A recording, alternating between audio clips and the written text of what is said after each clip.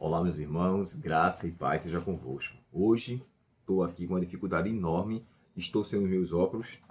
E ontem, quando eu estava estudando com alguns amigos, né, lá do grupo do Zoom, lá de São Paulo e alguns outros estados, eu fiquei brincando, porque sem os óculos agora eu tenho que estar com uma lupa. E é difícil, viu? A gente que se acostuma a ficar de óculos, quando a gente tira, parece que a vista não é mais a mesma.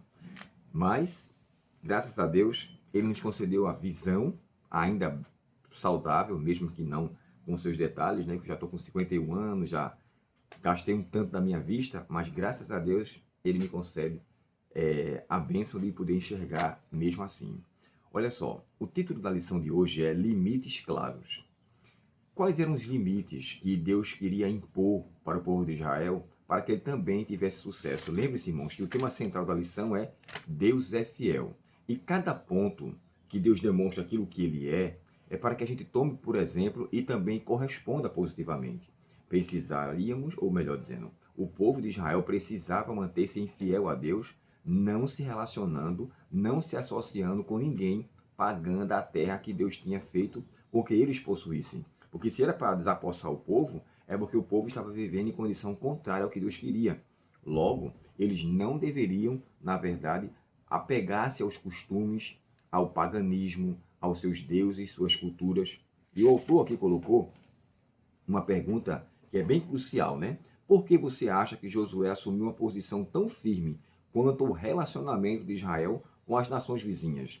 Porque ele sabia, irmãos, que qualquer associação iriam corromper os seus hábitos, os seus costumes. Tem um texto no livro de Coríntios que Paulo fala assim, as más conversações corrompem os bons costumes. Então, assim, é uma questão muito clara. Uma outra coisa que merece consideração é o Salmo 1. Bem-aventurado o homem que não anda segundo o conselho dos ímpios, não se detém no caminho dos pecadores, nem se assenta na roda dos escarnecedores. Eu estou lendo aqui agora o capítulo 38, 36 de Isaías, eu acho, e estava falando sobre a maneira da arrogância do rei Senaqueribe, falando para o povo de Israel, no qual no período ali era reinado por Ezequias. E ele fala, quem vocês pensam que são? Por acaso alguém se isentou no meu poder, sabe, ele se achando. Porém, Isaías chega ao povo a Ezequias, fala para ele, fala para o povo, não tenha medo, não se preocupe. E quando Ezequias se humilha e pede a Deus, Deus reconhece aquela petição e corresponde.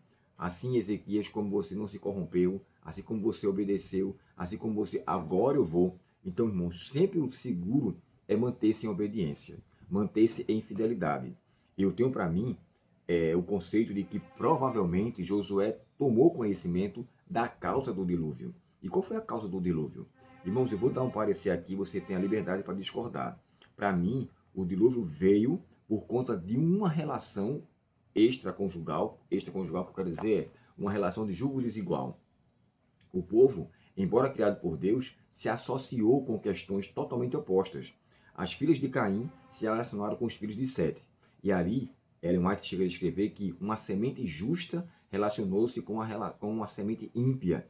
E diante daquilo, a associação que eles tiveram trouxe uma corrupção tão grande no gênero humano, e de acordo com Gênesis capítulo 6, Deus fala assim, o meu espírito não agirá para sempre no homem, ou seja, ele não irá trabalhar com frequência no homem, porque os seus atos expulsará o Espírito Santo de sua presença e fará com que eles vivam por conta própria. E o que aconteceu depois disso?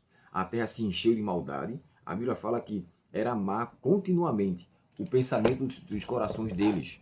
Ou seja, ele pensava o que era mal, elaborava o que era mal, vivia fazendo o que era mal. Deus não mais pôde suportar aquele povo e o tempo de graça que ele deu de 120 anos foi o suficiente para o povo amadurecer na sua pecaminosidade e mostrar-se totalmente pronto para a destruição. Então o dilúvio veio. Mas antes veio o aviso, antes veio a investigação, no sentido de que conserte os seus caminhos, reveja os seus conceitos, entre na arca, o mundo vai se acabar com água. Ninguém quis dar atenção a isso. Logo vieram as águas do dilúvio e levaram a todos os que estiveram fora da arca. Então, assim, aquela relação das filhas de Caim, que estava vivendo em impiedade, porque Caim foi um terrível ser humano, que toda a sua geração se perdeu no dilúvio, não ficou nenhum. Já as demais nações, no caso, o povo os filhos de Sete, se relacionaram e acabaram se corrompendo. E com certeza muitos filhos de Sete acabaram também ali se perdendo junto. Não só foi os de Caim.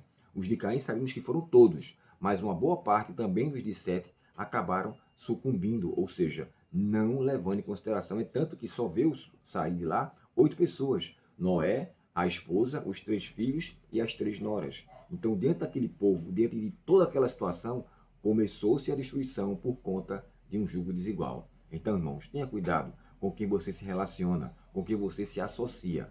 Não faça pacto com quem não tem a mesma fé que você, porque num dado momento você vai acabar se corrompendo na sua vida e isso vai lhe trazer grandes males. O correto é associe-se com pessoas que não têm a mesma fé com o propósito de ser uma influência para eles. Você não vai se associar de viver os seus costumes, viver as suas regras, fazer suas vontades, mas seja uma luz ao mundo ao redor, para que todos vejam as vossas obras diante do Pai Celestial e que Ele seja glorificado com isso. Deus, portanto, nos abençoe e que saibamos estimular limites claros até onde devemos ir. E aqui Josué fala, seja forte e corajoso, continue confiando em Deus, que Ele vai, com certeza, corresponder às suas petições. Vamos orar? Querido Pai Celestial, muito obrigado a Deus pela bênção da Tua presença e pela orientação da Tua palavra. Suplicamos, ó Deus, que nos dê força para manter firme a nossa convicção em Ti e que em nenhum momento venhamos nos apartar dos caminhos do Senhor.